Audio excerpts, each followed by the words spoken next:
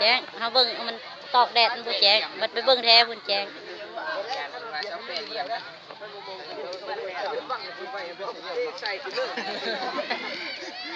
มือไปสิเยอะผู้คนเลยตัวนี้เด็ดหน่อเขาหน่อไม่ไงวะ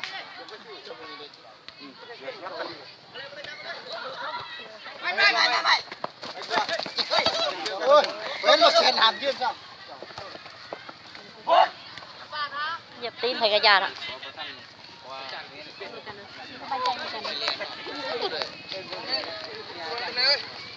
ใช่กันที่มาหมุนจังมือจิรอกใส่ว่าอันนั้นแหละ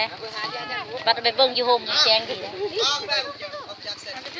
อันนี้มึงก็ยังนี่อยู่จัดท้ายหน่อยมึงจะบริเวณตะโก้เนี่ยเป็นอยากตะโก้เนี่ยหาอยากห้องก็ห้วยเจ้าเราคือโจดใส่หมวกกันน็อกไปอยู่อย่างไรไม่แล้วไม่ผมจะฆ่ากันเลยผมจะฆ่าด้วยเอาไม่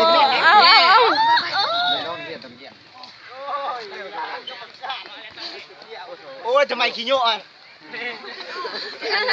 อันนั้นเราตำมูไปตำเท้านั้น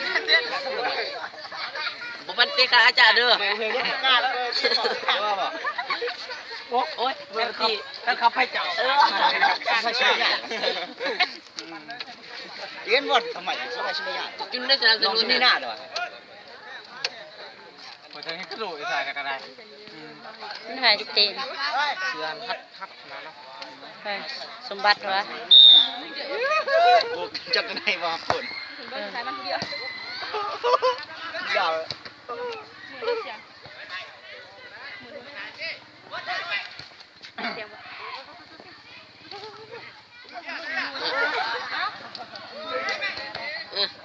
เด็กๆน้อยนั่นเล่นนี่บ้านเลยไปเนี่ยบอกเขาเนี่ย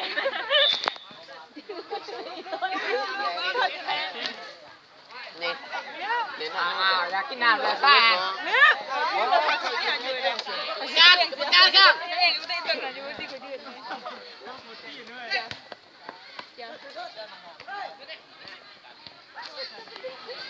ทางที่มือก่อนกล้องมีปากฝังมันบุคือแล้วแต่นั่นจะร้านต้นหลังโ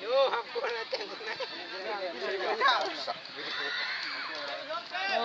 พวกนี้จะเข้ากองตัวตายถนนพรกรรมการปะกรรมการเสียนปะเม่งกรรมการกลางกรรมการเสียนเห็นอยู่กลางเม้นมันเหลี่ยมรถไปเลยเอาไปทำพวกเจ้าข้าพเจ้าว่าเขาว่าคนไปชี้ดาพวกเจ้าเอ็ดอย่างนี้จะว่าล็อกแรกแล้วจะว่าหลอกมันจะว่าเขาว่าจะตีผู้ใดเลยเนี่ยยิงเลยอ่ะไม่ใช่เงินเหรอไม่ใช่มาเงินนี่เข้ามากันนี่มึง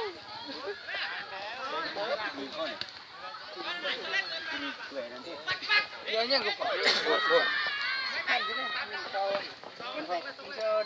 โอ้ยมาแล้วนะเงินสดเลยที่มีเขาก็จะที่มีแต่ว่าที่ก็จะที่มีคอยที่มีผู้เช่าเองแค่เนี้ยแต่ว่าอาจารย์เกตปินลำบาน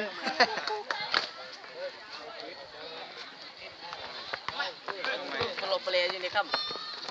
อยากที่เดียวกันนะปลอบประเลอยู่ในโทรศัพท์มันเอาเตะจะดำดีจะไม่ดีอาจารย์ดำเป็นเล่นเป็นตาหัวด้วยเจ้าเอ้ยหูแล้วคนเล่นนะคอยหูแล้วเอาอาจารย์นายชิคุบกบวันนี้อาจารย์นายชิคุบกบ